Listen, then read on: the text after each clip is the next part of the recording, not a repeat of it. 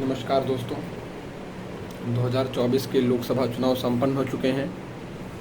सीटों में क्या आंकड़ा रहा, कौन कितना जीता, कौन क्या हारा, ये तो विश्लेषण आप टीवी पर सुन ही रहे होंगे, आप देख ही रहे होंगे।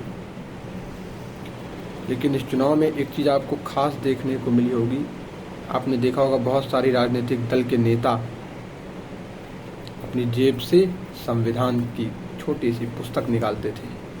आपने देखा होगा कि एक राष्ट्रीय स्तर के नेता और एक प्रदेश स्तर के नेता जब कोई भी कार्यक्रम करते हैं तो वो अपने सिर पर एक तस्वीर अपने सिर के ऊपर रखते हैं, और वो तस्वीर है संविधान निर्माता डॉक्टर बाबा साहब भीमराव अंबेडकर जी की। और आज चर्चा के केंद्र बिंदु में है संविधान। जिस तरह से राजनीतिक पार्टियों ने प्रचार किया कि अगर 400 पार का जो आंकड़ा है, अगर वो भारतीय जनता पार्टी की सरकार पा जाती है तो वो संविधान को बदल देगी, ऐसा एक प्रचार आम जनमानस में एक करने का प्रयास किया गया, और इसका असर भी हमें इस चुनाव में खासा देखने को मिला है। जब हम बात करते हैं संविधान की, संविधान को किसी भी देश का सुप्रीम लॉ कहते हैं, यानी संविधान तय करता है उस देश में सरकारें कैसे चलेंगी, उस देश की सरकारों के मूल्य क्या होंगे, उनसे जनता की अपेक्षा क्या है, उन्हें किन क्षेत्रों में काम करना है। ऐसे बहुत सी सारी चीज़ें हैं जो संविधान तय करता है। यानी जैसे अगर आप क्रिकेट खेल रहे हो और क्रिकेट में एक अंपायर होता है जो सारे रूल तय करता है, ये नो बॉल है, ये वाइड बॉल है, ये 6 है, ये 4 है। इसी तरह से जो रूल बुक होती है किसी भी, जैसे क्रिकेट की अलग रूल बुक होगी, इसी तरह देश को चलाने के लिए एक रूल बुक होती है, उस रूल बुक को संविधान कहते हैं। संविधान सभा बनी जब ब्रिटिश जाने लगे, वर्ल्ड वॉर 2 के बाद उनकी हालत ख़राब हुई, वो जाने लगे, तो उन्होंने एक संविधान सभा का निर्माण कराया। एक रिस्पॉन्सिबल गवर्नमेंट देने के लिए एक संविधान सभा बनी। बाद में संविधान सभा में बहुत सारे सदस्य होते हैं, 387 की कुल संख्या होती है। बाद में पाकिस्तान बंटवारे की वजह से भारतीय संविधान में 299 लोग रह जाते हैं। ये संविधान सभा काम करना शुरू करती है। ये 2 काम करती है। एक तो ये संविधान बनाने का काम करती है, नियम, संविधान कैसा होगा, कैसे काम करेगा, उस पर बहुत सारी चीज़ों को लेकर डिबेट होती है, डिबेट, डिस्कशन, डिलिब्रेशन होते हैं। और साथ ही साथ ये लेजिस्लेचर का भी काम करती है, यानी उस पर जो कानून बना है उसको पास करना, ये काम करती है। संविधान सभा में अहम भूमिका निभाते हैं डॉक्टर बाबा साहब भीमराव अंबेडकर जी, जो संविधान सभा की ड्राफ्टिंग कमेटी के चेयरमैन होते हैं। इस पूरी संविधान सभा के जो चेयरमैन होते हैं वो होते हैं राजेंद्र प्रसाद जी। संविधान बनता है, संविधान के अपने कुछ मूल्य हैं, संविधान स्थापित होता है, आम चुनाव होते हैं और देश में सरकारें बनना शुरू हो जाती हैं।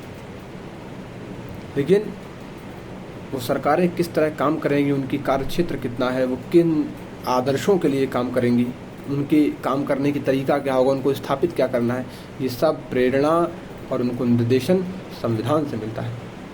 संविधान किसी भी देश के लिए बहुत महत्वपूर्ण होता है।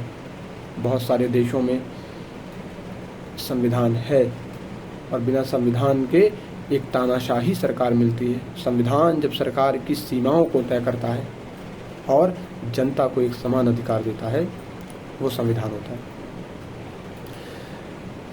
अब इस चुनाव में संविधान को केंद्र बिंदु पे रखा गया, लेकिन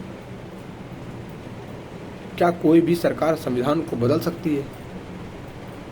आज जितनी भी पार्टियां हैं, आज जितने भी सरकारें बन रही हैं, अगर वो संवैधानिक दायरे में कार्य नहीं करेंगी तो वो सारी सरकारें तानाशाही कहलाई जाएंगी। वो सारी सरकारें अपने नागरिकों का उत्पीड़न करेंगी। यदि आज हम अगर राम राज्य की कल्पना करते हैं तो बिना संविधान के संभव नहीं है।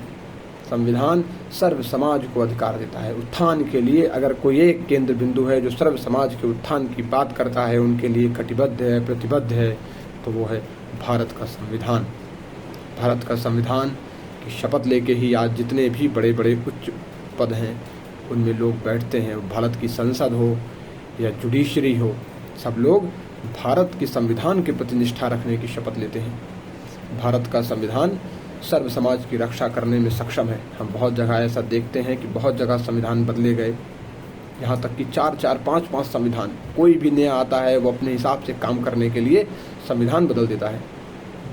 लेकिन भारत की राजनीति की यह परिपक्वता ही कहेंगे कि संविधान पर कभी भी कोई आंच नहीं आई, न किसी ने संविधान बदलने की चेष्टा की। एक दृष्टांत याद आता है कि इमरजेंसी के समय संविधान के साथ छेड़छाड़ की गई।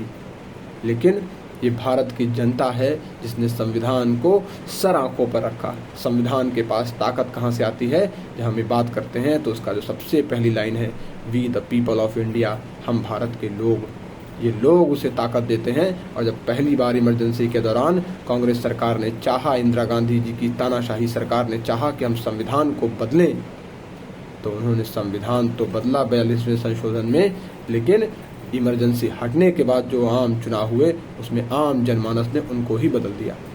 यानी संविधान बदलने की जो कोशिश भी करता है या उससे विचार भी रखता है, तो भारतीय जनता कभी उसके साथ सिंपैथाइज नहीं करती है, बल्कि उसे कड़ा सबक सिखाती है।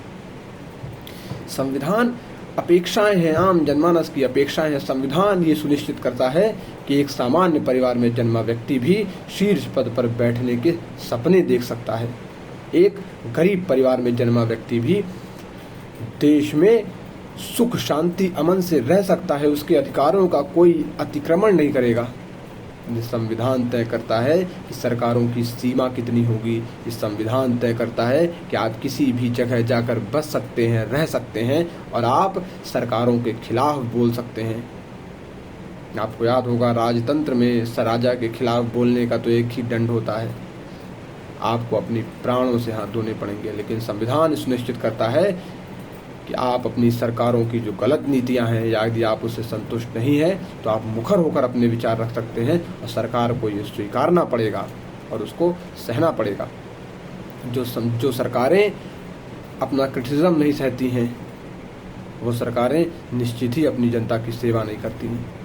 क्योंकि अगर आप सेवा कर रहे हैं, आप राष्ट्र की सेवा कर रहे हैं, आप अपने नागरिकों की सेवा कर रहे हैं, तो कुछ ना कुछ तो त्रुटियां रही जाती हैं। इतना बड़ा समाज है, एक परिवार को साथ लेकर चलना बहुत मुश्किल होता है, तो किसी सरकार के लिए पूरे भारतवर्ष को, जो 140 करोड़ की आबादी रखता है, और बहुत सारे लोग तो ऐसे हैं जो इस देश के बाहर रहते हैं, उनको लेकर